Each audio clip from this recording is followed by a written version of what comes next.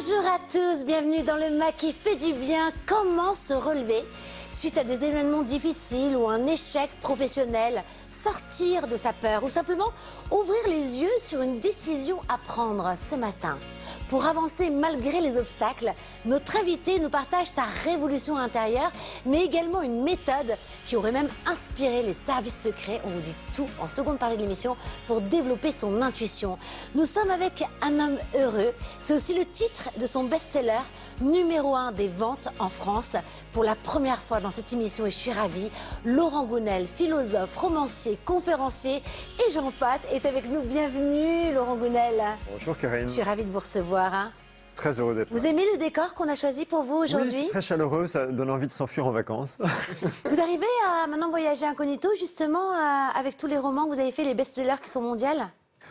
Vous savez, les écrivains, heureusement, ne sont pas comme les rockstars ou les stars du cinéma, donc on passe quand même un peu plus facilement inaperçu. Oui, donc vous êtes vraiment premier degré avec moi sur ma question, en fait.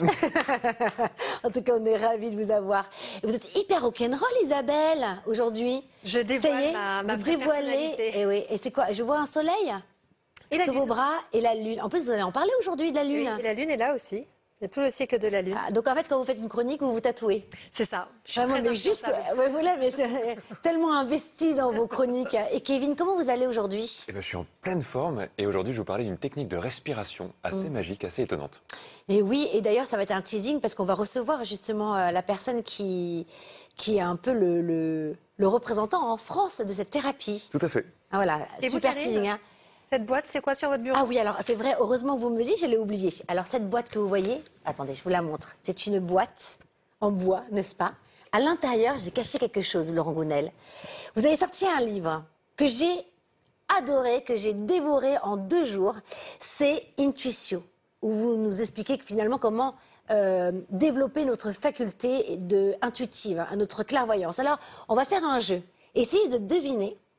En fin d'émission, je vous dirai ce qu'il y a à l'intérieur. Et vous aussi sur le plateau, Kevin, Isabelle et Laurent. Alors, Isabelle, elle me dit, mais tu ne nous donnes pas un indice? Non, rien du tout. C'est Tu dur veux ou pas? ouvrir la boîte? Vous pouvez pas ouvrir la boîte? C'est-à-dire, si je l'ouvre, vous allez le voir, Isabelle? Ah oui. J'essaie de tricher. En Oh fait. là, non, mais je rêve. N'importe quoi. C'est comme la galette des rois, on ne peut pas tricher. Vous ne saurez pas où est la fève. Il y a une galette dedans? N'importe quoi. Il y a peut-être la fève. Non, c'est pas vrai. Il n'y a pas de fève. Ce n'est pas ça. Je vous donnerai peut-être un indice tout à l'heure. Mais essayez de... Vous allez voir, on va vous donner beaucoup de clés justement pour développer votre intuition. Et bien, ça sera l'occasion de voir si vous êtes fort ou pas. Et vous me direz d'ailleurs sur les réseaux sociaux. On va être tous curieux. Laurent Gounelle, je suis ravie de vous recevoir. Hein. Depuis le temps que je voulais vous inviter, enfin, je vous ai sur notre plateau. Vous faites partie d'ailleurs de ces auteurs qui ont révolutionné nos pensées, redonné du sens à nos vies. Vous êtes auteur de nombreux best-sellers mondialement connus, dont L'homme qui voulait être heureux. Un titre qui vous va sur mesure hein, aujourd'hui, surtout lorsqu'on connaît un peu votre expérience de vie, votre parcours, qui a été jalonné d'échecs, d'humiliations. Pour mieux vous situer, vous voulez bien revenir sur cette expérience? Oui, en fait, c'est mon début de vie, j'ai envie de dire, qui était compliqué jusqu'à devenir adulte, 23, 25 ans. Pourquoi? Parce que j'étais très peureux, mais vraiment excessivement peureux. J'avais peur d'à peu près tout et surtout des gens. Ça, c'était ma grande peur. Et donc, j'ai développé des stratégies d'évitement. C'est-à-dire, comme souvent les peureux, vous voyez, on se met loin à l'abri de l'objet de nos peurs, quoi. Et ça marche, forcément. Ça marche, sauf qu'une fois adulte, j'ai réalisé un jour que si je continuais comme ça, j'allais avoir une petite vie quelque part, oui, à me planquer de tout, être à l'abri. C'est quand on est à l'abri des dangers qui en fait sont imaginaires, mais ça, on ne le sait pas hein, quand on est dans la peur. En fait, on est aussi à l'abri de l'expérience, parce que vivre, c'est expérimenter les choses. Et donc, si on passe sa vie à se planquer, en fait, on ne vit pas, quoi. Et donc, c'est problématique. Je crois que c'est Victor Hugo qui disait c'est rien de mourir, mais c'est affreux de ne pas vivre, quoi. Oh, c'est beau. Et voilà, c'est quelque chose qui m'a sauté à l'esprit quand j'avais 24-25 ans. Et donc, c'est à ce moment-là que vous avez commencé, parce que vous faites partie de ces personnes qui ont vécu dans une famille de scientifiques, d'intellectuels. Pas facile de se tourner vers la spiritualité, non? Oui, alors, la spiritualité, ça a été dans un deuxième temps. Dans un premier temps, c'était plutôt la psychologie. J'avais des problèmes à un niveau bêtement psychologique, il fallait que je les résolve, d'accord? Donc moi, j'ai commencé par des lectures, j'ai beaucoup lu. Ensuite, je me suis formé. Et puis ensuite, plus tard, mais pas au début, j'ai pas eu le courage au début, je suis allé pousser la porte d'un psy, d'accord, d'un thérapeute qui m'a aidé, qui a accéléré mon évolution, quoi. Après est venue la spiritualité. Mais pour tous ceux qui nous regardent justement et qui vivent Alors, c'est vrai qu'on peut vivre qui vivent, je sais pas moi, des humiliations, ou qui ont vécu des humiliations, des attaques aussi, que ce soit à travers notre entourage, la famille, et même aujourd'hui les réseaux sociaux. Comment s'en sortir? Est-ce que vous avez des outils, des clés finalement à nous offrir? D'abord, tout dépend du type d'attaque, évidemment. Si on parle d'attaques sur les réseaux sociaux, ça va être des petites insultes ou des grosses attaques parfois. personnelles ou des grosses parfois, enfin, des choses qui font qu'on ne se sent pas aimé. Moi, je dirais qu'il y a plusieurs choses. D'abord, je pense que c'est utile dans la vie de renoncer à être aimé de tout le monde. Parce que malheureusement, on peut tous avoir envie d'être aimé de la terre entière et c'est juste pas possible. Donc à un moment donné, voilà, on peut l'accepter et ça demande un vrai travail sur soi. C'est pas, ça se décrète pas comme ça, mais voilà, à comprendre déjà intellectuellement et après petit à petit intégrer le fait que c'est ok si les gens ne m'aiment pas. Ça c'est une chose. Un autre élément de réponse qui me vient à l'esprit, c'est le fait, et ça c'est peut-être plus important, c'est il faut savoir distinguer dans la vie pour moi entre ce qui est le problème de l'autre, d'accord, de celui qui m'attaque, et ce qui est mon problème. Il y a ce qui est son problème et ce qui est mon problème. Par exemple, puisque vous parlez de réseaux sociaux, si vous, sur votre réseau social favori, vous annoncez que, je sais pas, vous changez de métier pour devenir commercial, par exemple. Et puis quelqu'un met un commentaire en disant les commerciaux, c'est des voleurs, met un commentaire un peu humiliant, un peu fort, vous pouvez vous sentir profondément blessé. Et vous pouvez aussi vous dire, attends, s'il dit ça, c'est sans doute que lui, il a une expérience dans sa vie avec les commerciaux, il s'est peut-être fait arnaquer un jour par quelqu'un, il l'a super mal vécu et du coup il réagit épidermiquement et il m'attaque sur ce point, mais en fait c'est son problème. Il ne faut pas que ça devienne mon problème, parce que si je m'autorise à être blessé par ça, bah, c'est que j'ai un problème avec ça et ça devient mon problème. Donc c'est utile de se dire, ok, l'attaque elle est tellement violente, elle est tellement injuste quelque part que je pense que cette personne, dans son vécu, a un problème avec ça. Je vais lui laisser son problème. Et moi, je vais me faire une sorte de petite bulle protectrice imaginaire que je peux vraiment visualiser pour me dire, voilà, ça pénètre pas. C'est-à-dire, comment vous visualisez une bulle imaginaire? Ben, vous imaginez une grande bulle transparente qui vous entoure et qui vous protège. Et vous dites que les attaques extérieures vont rebondir sur la bulle. Alors, c'est joli ce rebond. Un peu fou, hein. Mais ça change en fait la structure de l'expérience subjective. C'est en fait la façon dont moi je ressens subjectivement l'expérience, Isabelle, Kevin, alors vous êtes beaucoup sur les réseaux sociaux, Isabelle. Kevin aussi d'ailleurs. Vous vivez des attaques? Alors, Et comment vous réagissez? C'est exactement comme vous venez de dire, c'est-à-dire j'ai vraiment cette dimension que sur tout ce qui est réseaux sociaux, c'est représentation. Donc j'ai fait ce cheminement. Au début, c'était pas le cas, parce que ça fait quelques années maintenant. Mais maintenant, quand le message est gratuit et méchant, ça m'appartient pas en fait, parce que de toute façon, c'est ne pas prendre les choses de façon personnelle. Les gens parlent non pas à moi, mais à une représentation qu'ils ont de moi. D'ailleurs, vous me dites souvent que c'est le miroir souvent d'eux-mêmes. Exactement. Donc quand c'est constructif, j'accueille. Quand c'est gratuit, que ce soit même le positif pour préserver mon ego, etc., pour bien rester à ma place, j'accueille pas. C'est-à-dire que ça met pas un pied chez moi. C'est très important d'avoir cette distance-là pour ne pas ensuite créer de la souffrance sur déjà des souffrances présentes. Sur des failles. Et d'ailleurs, quel serait le conseil que vous donneriez aux enfants qui vivent justement sur les réseaux sociaux des attaques? C'est pas facile et c'est vrai que je vois souvent des personnes qui peuvent se mettre en colère et ne pas du tout gérer cette émotion. C'est vrai. Mais par rapport aux enfants, déjà, je pense qu'il adolescents, hein. Oui, ouais. C'est en parler aux parents parce que très souvent, malheureusement, c'est les enfants qui ont honte. Ils ont honte et ils n'en parlent pas. Et que ce soit à leurs parents et une personne de confiance, mais oser parler parce que c'est cette politique que les victimes sont doublement victimes parce qu'elles reçoivent des choses qui ne sont pas justes et en plus, c'est elles qui portent le poids de la honte de ce qu'elles ont vécu. Et ça, c'est absolument pas juste. Donc en parler à une personne de confiance. Et surtout ne pas répondre, Kevin? Des fois, répondre, ça fait du bien quand même. Oui, même si on est en colère, on peut le faire. Ah oui. Tu insultes la personne, tu la bloques après. Moi, je bloque direct, en fait. Je réponds même pas, je bloque. Comme ça, en fait, c'est ma bulle où ça rebondit chez lui, finalement. Kevin? Je pense que, je reviens sur ce que vous disiez tout à l'heure, le besoin d'être aimé. En fait, c'est intéressant de l'interroger, ce besoin-là. Qu'est-ce qui fait qu'on a besoin d'être aimé par des gens qu'on connaît même pas et se demander quelle est la recherche qu'il y a derrière. Et quand on se connecte à ça, c'est libératoire. Et pour les adolescents, comme c'est un moment où on construit notre identité et où on a besoin du regard de l'autre pour construire son identité, c'est essayer de trouver d'autres regards, des regards qui sont plus importants, encore une fois, que le regard d'inconnus ou de personnes avec qui on n'aura jamais un échange. J'aimerais revenir sur une émotion qu'on connaît tous, hein, c'est la peur. plus ou moins petite ou grande, hein, de la peur de rater son avion ou un examen. Son train. Ah, son train, c'est vrai. Parce que, en fait, Laurent Gounel a un train à prendre juste après, en ce dimanche matin. Et puis cette peur aussi qui nous paralyse, qui nous pétrifie, qui nous immobilise au point de ne plus pouvoir avancer dans la vie. Vous l'avez vécu, hein, à cette peur-là. Comment l'avez-vous dépassé? Ça peut vraiment encourager les personnes. Moi, je l'ai dépassé déjà en réalisant que la plupart de mes peurs étaient une création de mon esprit. Parce qu'en fait, au début, moi, j'étais sincère. Je voyais le monde dangereux. Okay, donc je voyais des dangers autour de moi. Je ne réalisais pas que le problème était. Mais d'où ça venait, ça? En fait, c'est un filtre. On a tous un filtre perceptuel qui vient de notre personnalité, qu'on n'a pas choisi. D'accord. Donc pour moi, mon problème, c'est la peur. Pour d'autres, ça va être la colère. Pour d'autres, ça va être l'image, le besoin d'être aimé, etc. Donc on a tous un problème. Et c'est OK, je dirais, d'accord. Mais le fait d'en prendre conscience, de savoir quel est mon problème, me permet de travailler dessus. Et en l'occurrence, par rapport à la peur, la peur en soi, c'est une émotion qui est naturelle, qui a une fonction, hein, qui nous avertit d'un danger. Donc c'est plutôt sain d'avoir peur. Le problème, c'est quand ces peurs sont irrationnelles et correspondent à des dangers qui n'existent pas, en fait, qui sont juste dans notre esprit.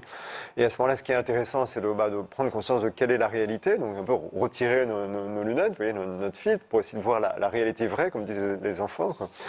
Et il y a un bon moyen pour ça, qui est de se frotter à la réalité. C'est-à-dire, en fait, alors sans se mettre en danger, bien sûr, mais aller quand même vers l'objet de vos peurs pour réaliser que, en fait, non, il n'y a rien, quoi. Vous voyez, par exemple, je sais pas, des gens vous faisaient peur, en allant leur parler, vous allez réaliser que non, ils ne sont pas dangereux, quoi. Vous avez eu peur pour rien, etc. quoi. D'accord? Donc, sans se mettre en danger. Hein. Je précise bien, parce qu'il y a certaines peurs qu'il vaut mieux garder, comme la peur du vide, par exemple. Sautons. Le saut de la foi. Allez, on y va. Des petits outils, justement, pour dépasser... parce que finalement, aussi, une peur, c'est une façon de se protéger. Hein. C'est important d'avoir peur parfois. C'est un instinct protecteur aussi, d'avoir peur. Ah bah moi, je dis toujours, c'est dangereux de vivre sans peur. Parce que la peur, ça indique un danger. Et donc, le but, c'est de prendre le temps de savoir si le danger, il est réel ou non. Je pense qu'un des conseils, c'est de ne pas avoir peur de cette peur. C'est-à-dire de l'amadouer. On peut lui écrire, on peut faire la respiration, la cohérence cardiaque. Comment ça, on peut lui écrire? Par exemple, vous pouvez prendre une feuille, soit vous lui donnez un petit prénom, je sais pas, moi, Janine la peur. Ouais. Ou Jean-Michel. Ou Jean-Michel. Non, mais déjà, lui donner ça la démystifie. Et en fait, en écrivant à votre peur, vous écrivez à vous-même. Parce que le but, c'est de savoir, est-ce que c'est réel ou est-ce que ça ne l'est pas? Et surtout, qu'est-ce que je fais maintenant? Il y a toujours cette énergie d'action. Ouais. Je trouve ça super intéressant ce que vient de dire Isabelle. Et j'aime bien cette mais ils notion... sont géniaux, hein, vous savez. Non, mais j'aime bien cette notion d'accueil de la peur. C'est-à-dire, en fait, quand vous avez peur, prenons un exemple. Vous avez peur de, je sais pas, de parler en public devant une des collègues à une réunion. Si vous avez le trac, vous avez peur, ok? Eh bien, ce qui ne marchera pas, c'est de lutter contre vos peurs. C'est sûr. Vous dire non, je chasse ce trac, je n'en veux pas. Alors, si vous dites, ok, j'ai le trac, donc vous reconnaissez votre peur et vous l'acceptez, vous dites, ok, j'ai le trac et j'ai le droit d'avoir le trac, quoi. C'est ok, je tremble peut-être un peu, j'ai peut-être la gorge sèche, et c'est ok, j'ai le droit.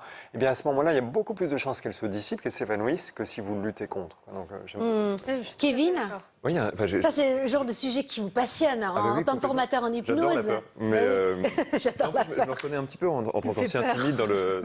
C'est vrai. Il y a une lecture moi, qui m'a beaucoup plu pour tous ceux qui connaissent Frank Herbert, la litanie contre la peur, qui est une vraie prière entre guillemets contre la peur, avec l'idée de la laisser passer à travers soi et de ne pas lutter contre. Et se dire qu'en fait, elle va nous grandir, cette peur-là. Parce qu'il n'y a pas de courage sans peur. Et c'est au moment où on dépasse quelque chose qui... C'est une phrase de chevalier, ça. Ça pourrait. Tu gagnes un point. Voilà, parce qu'elle note, en fait, Isabelle. Alors, pour ceux qui nous rejoignent, vous avez une idée de ce qu'il y a dedans, déjà? Donc, pour ceux qui nous rejoignent, il y a une petite boîte, parce qu'on va parler beaucoup d'intuition aussi aujourd'hui, et comment développer son intuition. Mais avant cela, voilà, il y a une boîte, et à l'intérieur, non, on peut toujours pas ouvrir. On a le droit de tester. J'ai mis quelque chose. À vous de deviner et voir si vous arrivez à ressentir ce qu'il y a à l'intérieur. Et n'hésitez pas à nous écrire sur les réseaux sociaux pour nous dire si vous voyez. Est-ce que quelqu'un va gagner ce qui est dedans si... Avec plaisir. Avec plaisir. Suivez mes mains. Non.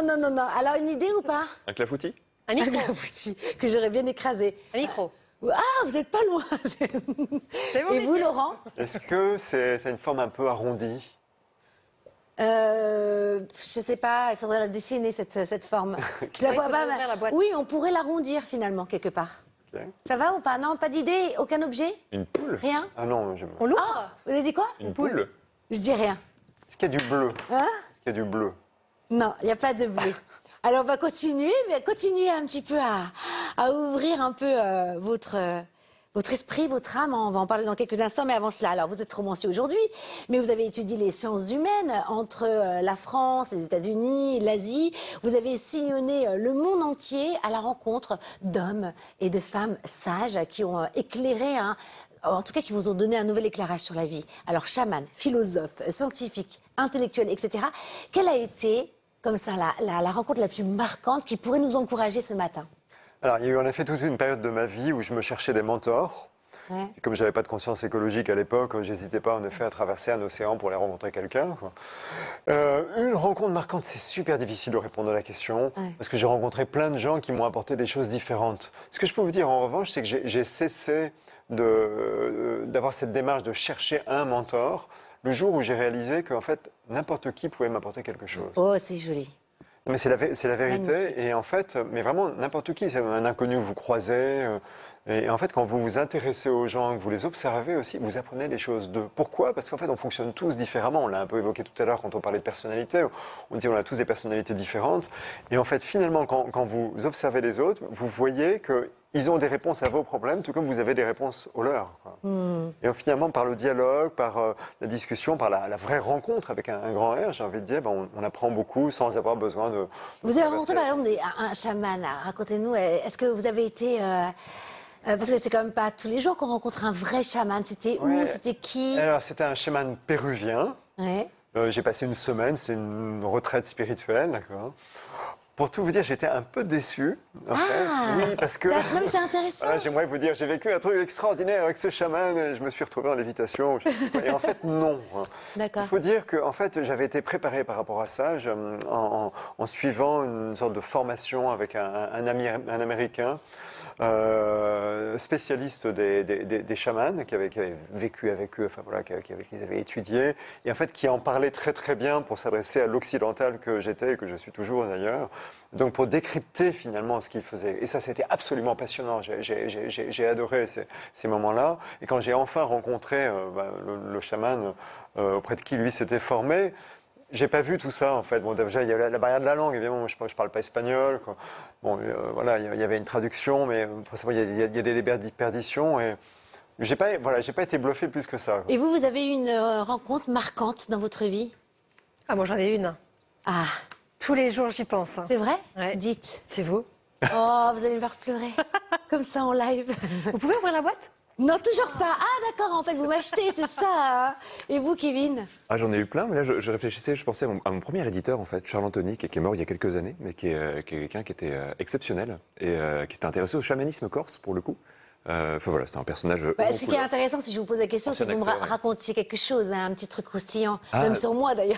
Non, mais ce que je trouve intéressant par plaisante. contre, Oui. c'est par rapport à la rencontre du chaman, c'est que par exemple, tout le monde pense au premier de l'an, tout le monde en fait tout un pataquès, et en vrai, c'est toujours des soirées qui tombent à l'eau, alors qu'un appel à 17h pour dire vas-y, on va prendre un verre, ça va devenir la soirée incroyable. Et il y avait peut-être du coup cette notion de fantasme de l'être qui faisait qu'il y a eu une très grande pression sur lui, et c'est en ça que en rencontrant des personnes sans s'y attendre, c'est là où on apprend le plus.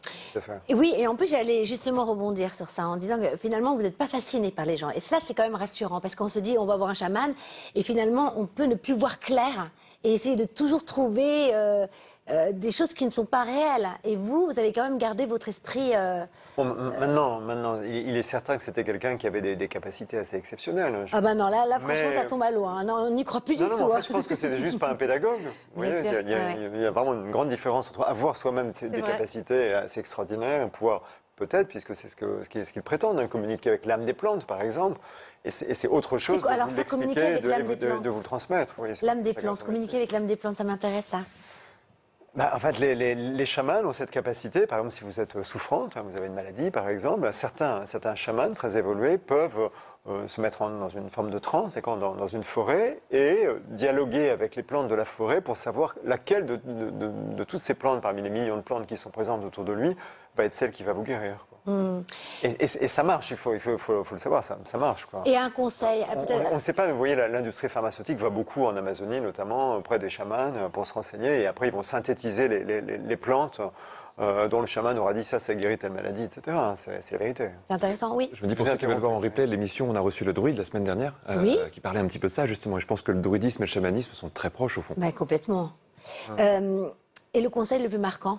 Ou alors un conseil là qui vous vient comme ça, et qui pourrait nous encourager surtout ce matin? Alors un conseil qui colle bien dans l'époque actuelle, c'est que j'ai reçu par écrit celui-là en lisant Lao Tse, donc philosophe chinois, qui un jour a écrit, et ça m'a vraiment marqué, il a dit en fait ça nous est très difficile, à nous autres humains, d'évaluer un événement et en fait de dire est-ce qu'un événement est positif ou négatif, est-ce qu'il est profitable ou pas, ou nuisible. Et pourquoi? Parce que finalement le sens des choses nous échappe. On ne sait pas ce qui se trame dans l'univers, quoi.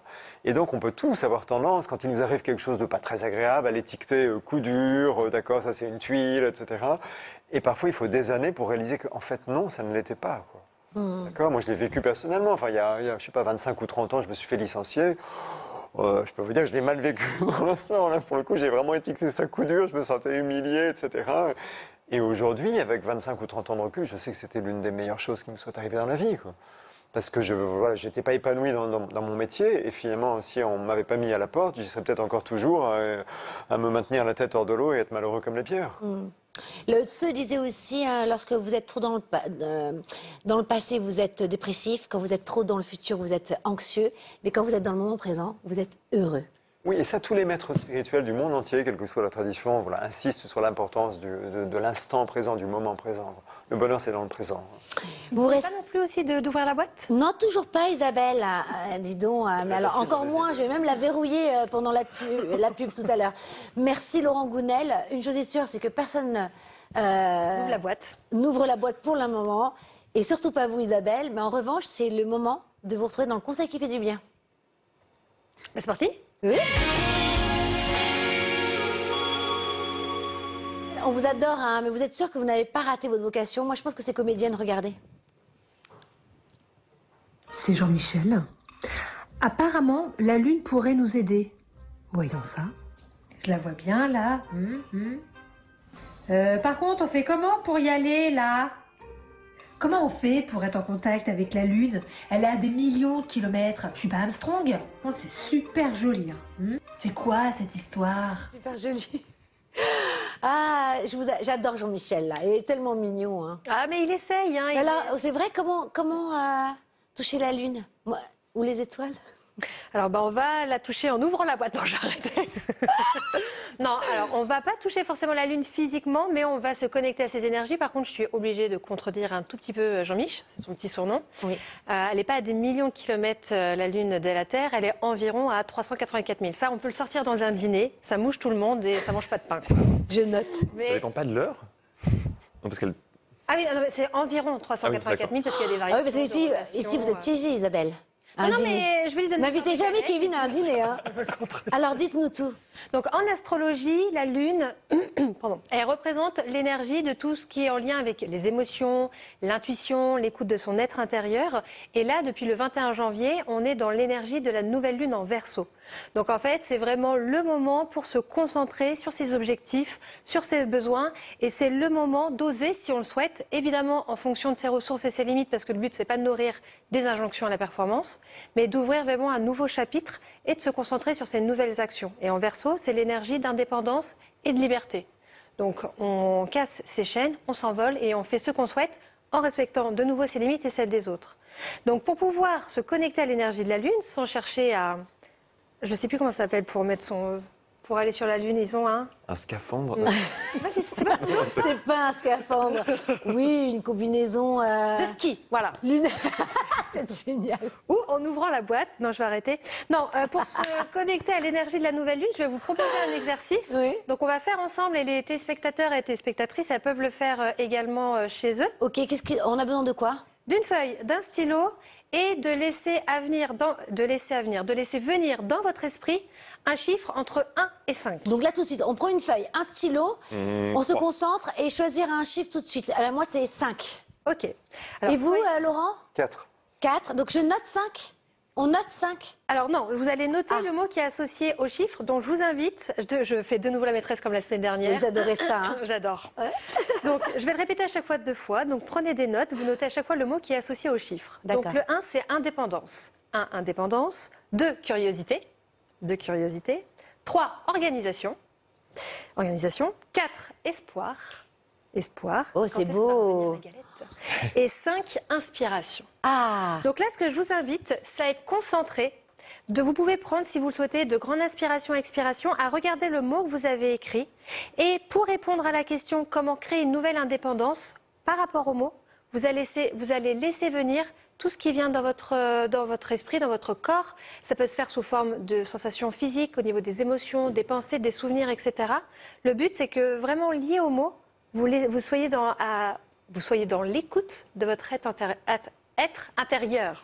finalement, vous êtes en train de nous dire que à partir de ce mot-là, il y a plein d'autres mots qui peuvent venir et finalement, ça va nous donner de l'inspiration pour démarrer. Pour démarrer Une une nouvelle- écoute une nouvelle intérieure. page. C'est une forme en fait d'ouvrir une porte à l'intérieur de soi, parce que souvent quand on dit écouter votre intuition, on ne sait pas par quoi commencer.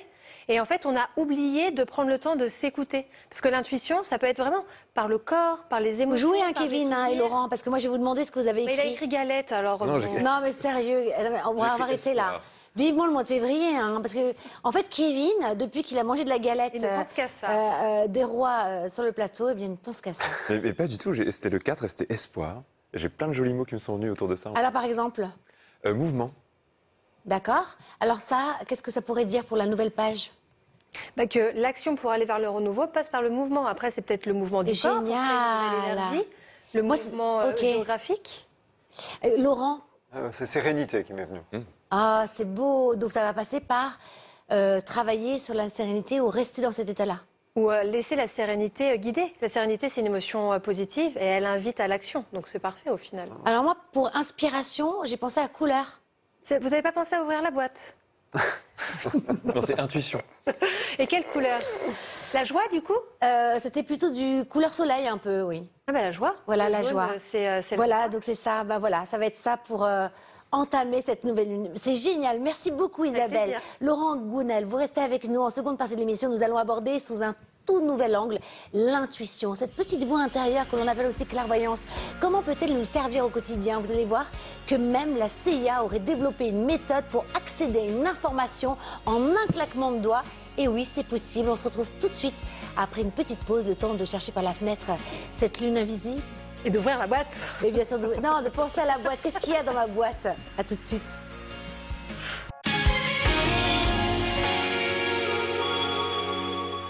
Bienvenue dans le MAC qui fait du bien. Merci à tous ceux qui nous ont rejoints. L'homme qui voulait être heureux, c'est le titre d'un best-seller mondialement connu, numéro 1 des ventes en France. Mais ce pourrait aussi être nous tous finalement, hein. Alors comment faire? Ce matin, notre invité exceptionnel, auteur, conférencier, j'adore, hein. Mais en plus c'est vrai, je le pense véritablement. Vous êtes traduit d'ailleurs même dans le monde entier. Laurent Gounel nous montre comment vivre pleinement et avancer malgré les obstacles. Il suffirait parfois de suivre quelques méthodes toutes simples et notamment d'écouter son intuition, cette clairvoyance que nous pourrions tous développer. Mais avant de percer ses secrets, prenez une grande inspiration. C'est le conseil qui fait du bien avec Kevin.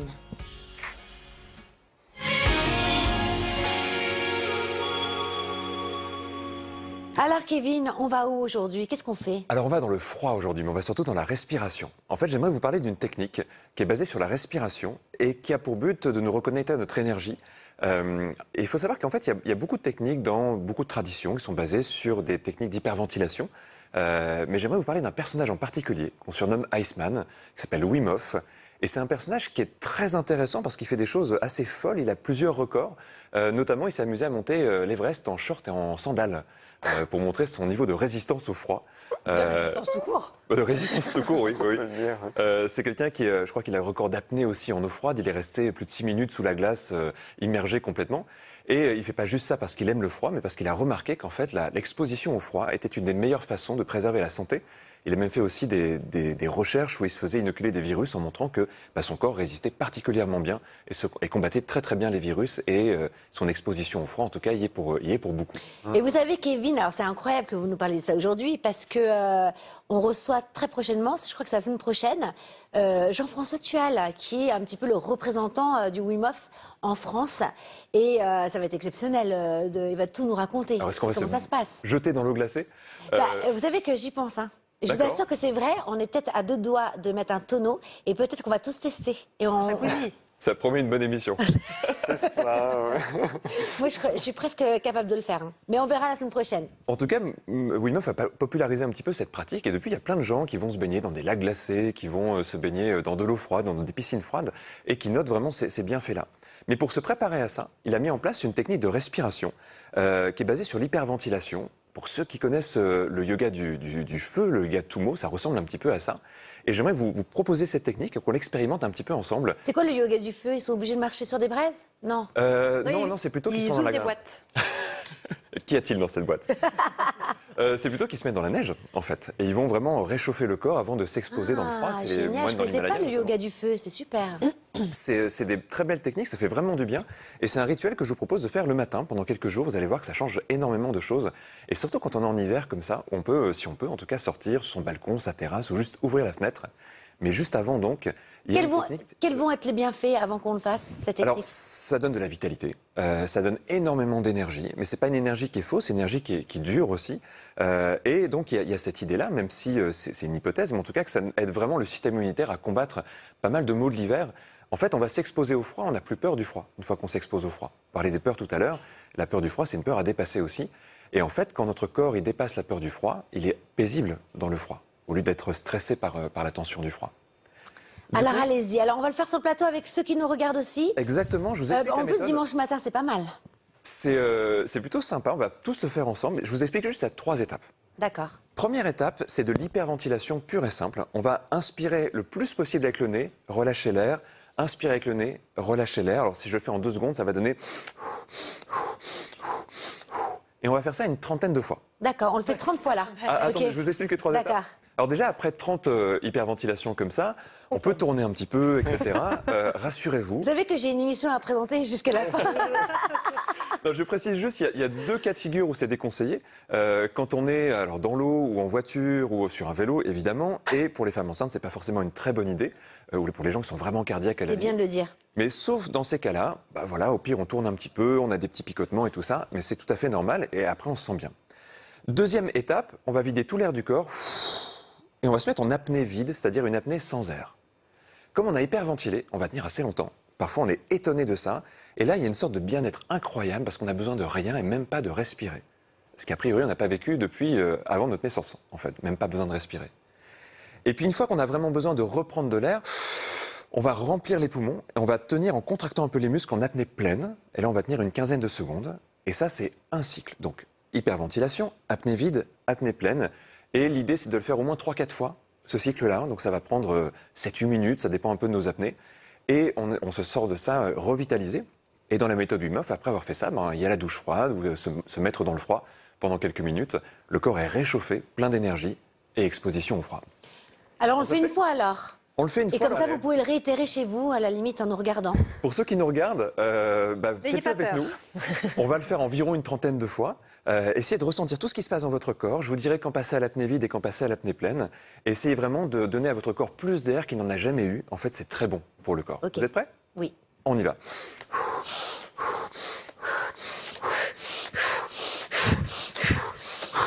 Prenez à chaque fois encore plus d'air.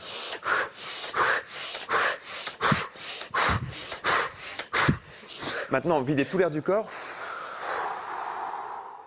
Ressentez qu'il y a un état hyper paisible, le corps n'a besoin de rien, même pas de respirer. C'est un état de plénitude, comme s'il n'y avait plus aucune obligation, rien à faire.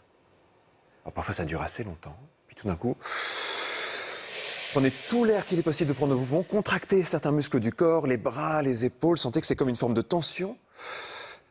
Et vous tenez une 15aine de secondes et là normalement on repart sur un cycle. On va pas refaire plein de cycles là, mais pour ceux qui nous regardent, continuez. Et dans 5 minutes, soit vous tombez dans les pommes, soit vous êtes en pleine forme.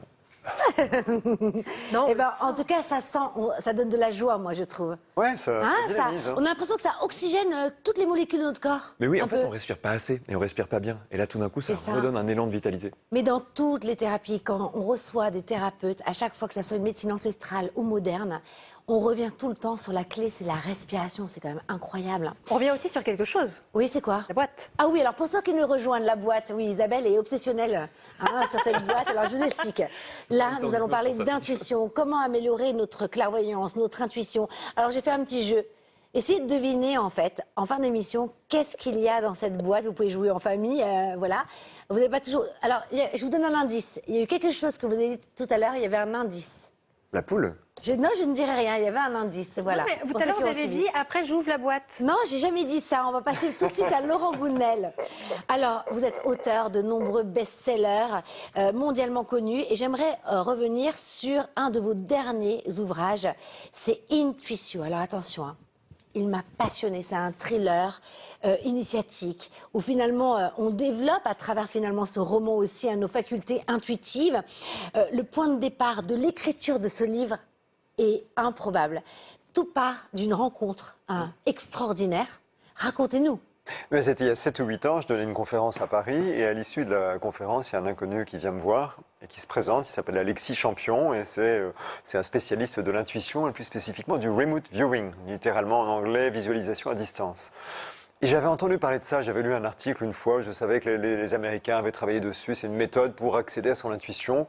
Mais je ne savais pas du tout si c'était valable ou si c'était bidon, d'accord. Et donc cet inconnu qui vient me voir comme ça me dit je propose de vous former en tête-à-tête pendant une semaine, gracieusement, à cette méthode. Bon, moi quand un inconnu vient me voir, me propose de passer 8 jours avec lui, je réfléchis un peu, je commence par freiner un peu, je me dis qu'est-ce qu'il me veut exactement. Donc je botte en touche en fait. Et il revient vers moi 3 mois plus tard, il me fait la même proposition et là j'accepte. Je dis ok, vraiment la curiosité était trop forte, donc je loue un lieu, je voulais quand même contrôler un peu certaines choses, que je loue un lieu, et on passe en effet une semaine ensemble, donc il me forme à cette méthode, qui est très étonnante, qui a été développée par un scientifique américain dans les années 70. Très vite, l'invention a été chapeautée par la CIA. Pourquoi? Parce qu'ils savaient que les Russes investissaient l'équivalent en roubles de millions de dollars de recherche dans ce domaine, et ils se sont dit, bon, c'est peut-être des bêtises, mais et si ça marche quoi? On ne peut pas se laisser distancer. Du coup, ils ont mis le paquet et ils ont, ce scientifique qui s'appelle Harold Puthoff a mis au point avec une équipe apportée par la CIA, financée en tout cas, il a mis au point une méthode pour accéder à l'intuition sur commande. Alors, il y a tout un protocole, c'est assez complexe, c'est très structuré. Hein. Moi, pour dérouler tout le protocole, il me faut à peu près 45 minutes, d'accord? Et ça permet en fait d'accéder à l'information. Et l'information vient à nous, pour faire simple, hein, elle vient à nous sensoriellement. C'est-à-dire, en fait, si vous cherchez un objet, par exemple, comme celui qui est caché dans la boîte, vous n'allez pas avoir l'objet qui va venir en vous comme ça. Par contre, vous allez avoir des éléments sur sa forme, sur sa texture, sur sa couleur, sur sa dimension, sur comment ça fait quand je touche. Vous voyez, des choses qui n'ont a priori pas de sens. Et d'ailleurs, ce qui va être très difficile, c'est d'empêcher notre cerveau d'interpréter ses premières perceptions, d'accepter une perception dénuée de sens, quoi. Et petit à petit, capter des informations jusqu'à, au final, être capable de dire qu'est-ce que c'est, quoi. Quelle est cette information? Alors, ça peut être un objet, ça peut être un lieu, ça peut être une personne. Enfin, on peut avoir accès potentiellement à n'importe quoi, quoi. Alors justement, parce que moi je veux des anecdotes sur la CIA, je veux tout savoir, parce que faites-nous le pitch d'abord de Intuition, parce que vraiment, alors déjà on est plongé à New York, il y a un chat, donc déjà moi j'étais très heureuse. Al Capone. Oui. Racontez-nous le pitch. C'est l'histoire d'un jeune auteur de polar américain donc, qui vit à New York, dans le Queens, avec son chat Al Capone. Et un jour, on sonne à la porte et ce sont, comme dans un film, deux hommes en costume noir avec des cravates et qui arborent Men in Black. des badges du FBI et qui lui disent voilà, on a besoin de vos services. Je ne comprends pas. Ils disent oui, si, on a étudié vos interviews et on a identifié, enfin, on a repéré que vous étiez un hyper intuitif, mais naturellement, quoi. Et en fait, on court après un criminel, quelqu'un qui met le feu à des tours de bureau. On n'a aucun indice, l'enquête patine, on veut utiliser l'intuition. Et en fait, on a cette méthode à disposition, mais pour l'instant, personne n'est disponible. Enfin, je vous passe les détails, quoi. Et bref, puisque vous êtes déjà naturellement, spontanément, intuitif, on va vous transmettre la méthode, vous former à ça, pour ensuite vous nous aider à mettre la main sur ce criminel. Et ce qui est génial, c'est que bien sûr que les personnages sont fictifs. Par contre, ce sont des faits réels. Hein, on retrouve, bon, pas toute la méthode en entier, mais quand même, on a des clés pour développer notre intuition. C'est quand même assez formidable. Oui, c'était un peu le but du jeu, que c'était transmettre voilà, donc c'est vraiment un roman, thriller, initiatique. Moi, je trouve ça génial. Vraiment, vous le dévorez. J'ai vu, vous l'avez regardé, vous le voulez, Kevin. Ah ben je vais le lire, c'est sûr. Ouais. Hein? Ouais. Alors, Alors racontez-nous la CIA, parce que moi je veux des anecdotes. Non mais je veux savoir pourquoi Je peux vous raconter une anecdote. Ils en savent pourquoi, mais oui, est-ce que Alors, ça a moi, marché? J'étais mis en relation grâce à Alexis Champion avec Paul Smith, qui est un ancien major de l'armée américaine, qui était chef du renseignement à Washington et qui a consacré 7 ans de sa vie sur ce projet avec ce scientifique. D'accord, pendant 7 ans, il travaillait sur l'intuition. Alors l'anecdote est la suivante. Un jour, ses supérieurs, donc c'est un militaire, hein, lui ont demandé quel va être l'événement le plus important pour les États-Unis dans la semaine à venir. Donc il déroule le protocole, donc je vous dis 45 minutes à peu près, il aboutit à un dessin en fait. Ses perceptions en fait étaient visuelles, donc il dessine quelque chose. Donc j'ai vu le dessin en question, vous le voyez, ça ressemble vraiment à un bateau, puis il y a quelque chose qui va vers le bateau, quoi. Donc il remet ça à ses supérieurs, qui lui disent en substance, bon, c'est bien joli, mais qu'est-ce qu'on en fait? D'ailleurs c'était souvent un reproche qui a été fait à cette équipe, quoi. Vos informations sont exactes, mais difficilement exploitables assez souvent. Il remet ça à ses supérieurs, voilà, et 4 ou 5 jours plus tard, eh bien, il y avait une frégate américaine qui s'appelle USS Stark, qu'on croisait dans les eaux au large de l'Irak, qui s'est pris une frégate. Il y a eu, je crois, 23 morts. Enfin, ça a été une catastrophe, quoi, en effet. Donc, c'est un élément vraiment important pour les États-Unis. J'ai vu les photos de la frégate. C'est copie conforme le dessin de Paul Smith. C'est très troublant. Et donc, ils s'en servent en général, donc... Ah ça, vous savez, ça c'est secret défense. Et vous savez, vous? On ne sait pas. On ne dira rien, hein, ça ne sortira pas d'ici. Hein. Non, bah, Paul, voilà, a raconté cette anecdote. Maintenant, j'imagine qu'il n'a pas le droit de dire tout ce qu'ils ont été capables de percevoir pendant... Donc vous pensez qu'aujourd'hui, la CIA, et même peut-être d'autres organismes, travaillent l'intuition pour protéger leur pays, le gouvernement? Oui, c'est certain. Et pas vous n'avez pas d'autres anecdotes? J'ai des choses que je ne peux pas dire. Ah, c'est vrai à ce point-là? Par contre, pour les États-Unis, officiellement, ça a été arrêté en 1995 et j'ai appris récemment qu'en fait, ça continuait. D'accord. Mais entre-temps, ça a été déclassifié. Et c'est ça qui est intéressant, c'est que maintenant, on a accès, enfin, tout le monde a accès à cette méthode. C'est le même métier d'Alexis Champion de former les gens à ça. Incroyable. Et cet endroit que l'on appelle intuition, où se cache-t-elle? Comment mettre des mots, poser des mots sur l'intuition? Alors l'intuition, c'est donc, on peut la définir comme un accès à une information qui n'est pas directement accessible par nos 5 sens, d'accord? Donc quelque chose que vous pouvez ni voir, ni directement voir, toucher, sentir, etc. En revanche, vous allez utiliser vos sens pour avoir des informations. C'est des choses que vous allez sentir, que vous allez goûter peut-être, que vous allez percevoir, que vous allez entendre. Donc ça vient sous forme de sons, d'images, des choses comme ça, quoi. Et comme je l'évoquais tout à l'heure, en fait, c'est comme un puzzle. C'est-à-dire, quand cette information vient à vous, en fait, vous ne savez pas trop quoi en faire. Il faut accepter de ne pas comprendre pour continuer à avoir un maximum d'informations. Et après, au bout d'un moment, ça se met à faire sens, ou pas d'ailleurs. Mais c'est long, hein, c'est assez complexe. Alors après, les professionnels font ça beaucoup plus rapidement, évidemment, et puis peuvent aussi avoir des flashs, qu'on peut tous avoir d'ailleurs. En fait, ce qu'il faut savoir, c'est que c'est une capacité naturelle.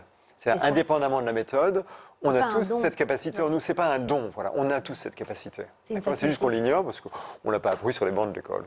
Et quels sont, selon vous, que doit-on développer pour développer notre intuition? C'est-à-dire, moi, j'ai le sentiment que plus on devient heureux, en fait, et souvent plus on déblaye les blessures, et puis j'ai l'impression qu'il y a de la place pour qu'on ressente mieux les choses. Qu'est-ce que vous en pensez? Oui, c'est très juste. Ce qui est vrai, c'est que vous parlez de ressentir les choses, et puis vous avez fait ce geste vers votre corps. Ça se passe dans le corps, l'intuition. On croit souvent que ça se passe dans la tête, ça ne passe pas dans la tête. Ça se manifeste dans le corps, y compris par des micro-mouvements du corps.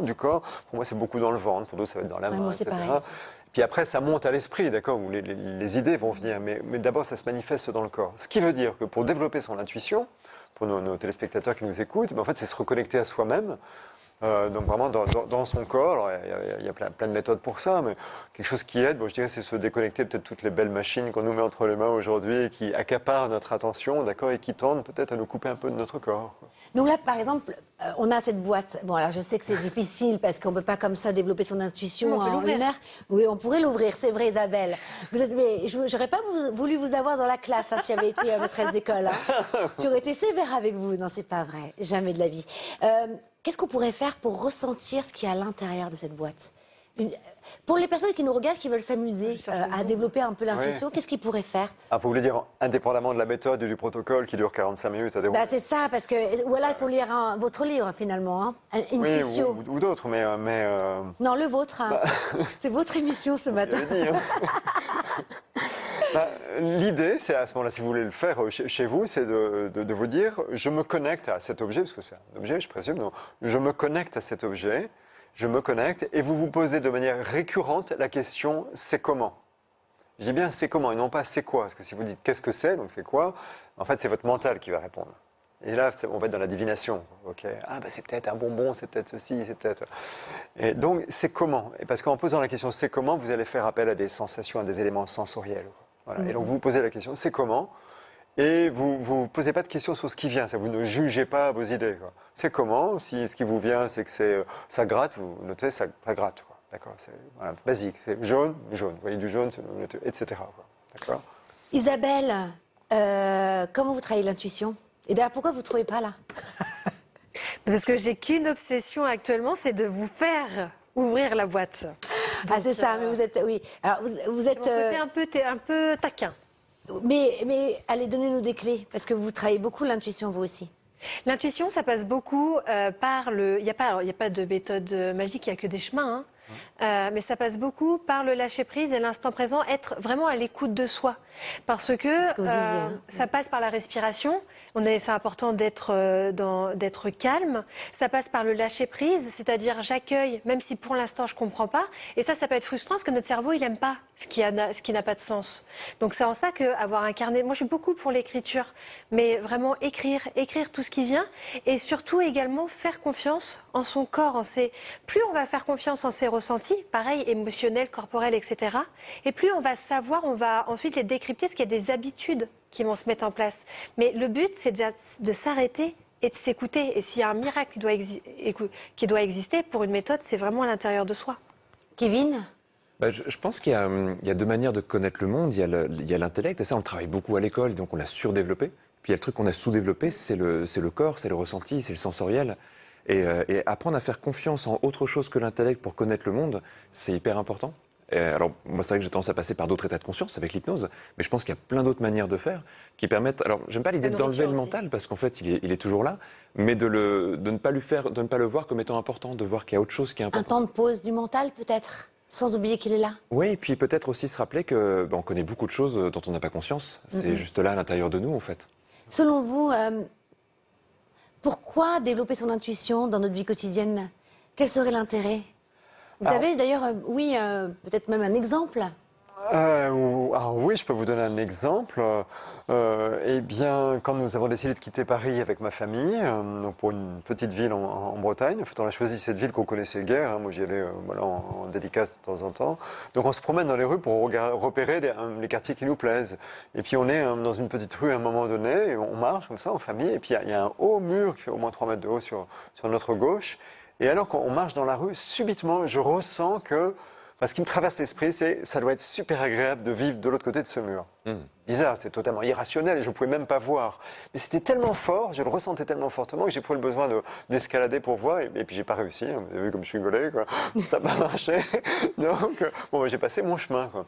15 jours plus tard, ou 3 semaines, je ne sais plus, un agent immobilier m'appelle, me dit écoutez, je pensais avoir trouvé une maison qui réponde à vos critères. Je dis ok, donnez-moi l'adresse. Moi, je suis sur Paris à 500 bornes. Voilà, faites-moi confiance, je passerai par vous et donnez-moi l'adresse. Je veux voir sur Google Street, quoi. Donc il me donne l'adresse, je vais voir sur Google Street, je positionne la maison et elle était juste de l'autre côté du mur, quoi. On l'a acheté à distance, on l'a visité, on savait que c'était là. C'est incroyable. Hein. Vous avez une anecdote comme ça, Isabelle, Kevin?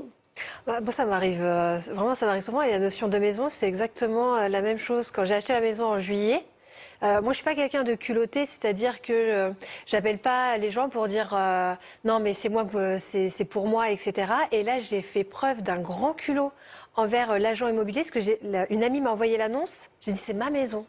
Et j'ai appelé. Vous l'avez reconnu? Oui, et j'ai appelé l'agent immobilier et je lui ai dit je veux être la première à la visiter. Vous m'annulez les visites derrière. Je suis pas une horrible personne. Je ne fais pas ça normalement. C'était ma maison. Et je suis à peine arrivée, j'ai à peine ouvert la porte que j'ai dit j'achète. Et c'était ma maison. Vous le saviez, c'était une certitude. Exactement. Et donc c'est pour ça que c'est important de développer son intuition dans le quotidien, parce que ça nous donne et là, ça vous donne du courage pour aller au-delà de de votre réserve dans la vie. Et j'ai encore du courage pour vous faire ouvrir la boîte. Et votre question tout à l'heure, d'ailleurs, c'était quelle utilité pour les gens? Oui. Pour moi, la principale utilité de l'intuition au quotidien, c'est pour la prise de décision. En fait, C'est on vrai. est tous conduits à prendre des tas de décisions tous les jours, plus ou moins importantes. Hein. Alors, citer les grandes décisions, choisir une maison, et parfois pour décider, on va lister. Enfin, moi, c'est ce que je faisais avant, une posture un peu scientifique. Je listais des critères que je pondérais, etc. Et en fait, ça marche pas, quoi. Ce qui marche, c'est de se dire, ok, comment je le sens finalement? Cette décision à prendre, qu'est-ce que je sens au fond de moi? Et les meilleures décisions qu'on prend dans la vie, c'est comme ça, en fait. C'est vrai. Et c'est fluide. Hein. On va faire une toute petite pause parce qu'il me semble, hein, je sens en fait que c'est le moment de Ouvrir la lancer boîte. la vidéo du téléspectateur. Vous voyez, c'est tout simple. Il suffit parfois d'avoir une petite oreillette. Merci Léo. Bonjour le Mac qui fait du bien, donc, je m'appelle Mathilde. Pour commencer, évidemment, bonne année à toute l'équipe. Donc en ce mois de janvier, je m'interroge comme peut-être beaucoup, hein, probablement, sur les résolutions.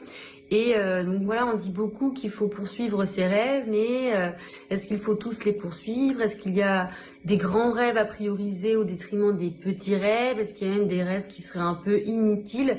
Donc voilà, si vous avez quelques conseils pour m'aider à y voir plus clair, ce serait vraiment super. Merci beaucoup, au revoir. Merci infiniment Mathilde. J'adore avoir des jeunes filles comme ça, magnifiques, qui nous envoient des vidéos. N'hésitez pas d'ailleurs, si vous voulez nous envoyer une vidéo, hein, c'est sur les réseaux sociaux, vous nous l'envoyez en message privé. Qui veut répondre sur le plateau? Kevin, allez-y. Ouais, je pensais à deux choses. La première, c'est que peut-être si on regarde tous ces rêves, il y a des rêves qui nous appartiennent vraiment, puis il y a des rêves qui appartiennent à d'autres. Les rêves que les gens ont eus pour nous. Déjà, ça peut permettre de trier un peu. Puis après, je crois qu'on peut se poser la question, c'est quoi les valeurs qu'on recherche le plus dans notre vie? Et quels sont les rêves qui vont alimenter ces valeurs-là? En fait, c'est qu'est-ce qui va vraiment donner du sens en fait, à ce qu'on vit. Et là, tout d'un coup, on s'aperçoit qu'il y a plein de rêves. Ça serait chouette de les réaliser, mais c'est pas si important que ça, finalement. Merci Kevin. Alors, on est en fin d'émission. Est-ce que vous avez trouvé ce qui se cachait dans la boîte, Isabelle? Moi, j'attends qu'une chose, c'est que vous ouvrez la boîte. Ok, j'ai compris. Un œuf. Un œuf. Vous n'êtes pas loin. Et vous? Donnez-moi 45 minutes. Ah là là. Bon alors je vous montre. Vous n'étiez pas loin. C'était, regardez, une plume. jolie. Et alors, j'hésitais entre la plume et C'est l'œuf. vrai, parce que vous avez dit poule tout à l'heure. Je dis, ah, c'est fort quand même. Vous avez eu la notion de plume. Ben voilà, c'était une petite fleur plume. bleue autour. Voilà, parce que ça porte bonheur. Vous aimez les plumes en plus. Oui. Hein, je dirais une bêtise, mais je ne vais pas la faire. Non, non, On va non, aller- On n'a pas fait la... Mais non, mais je vais la faire.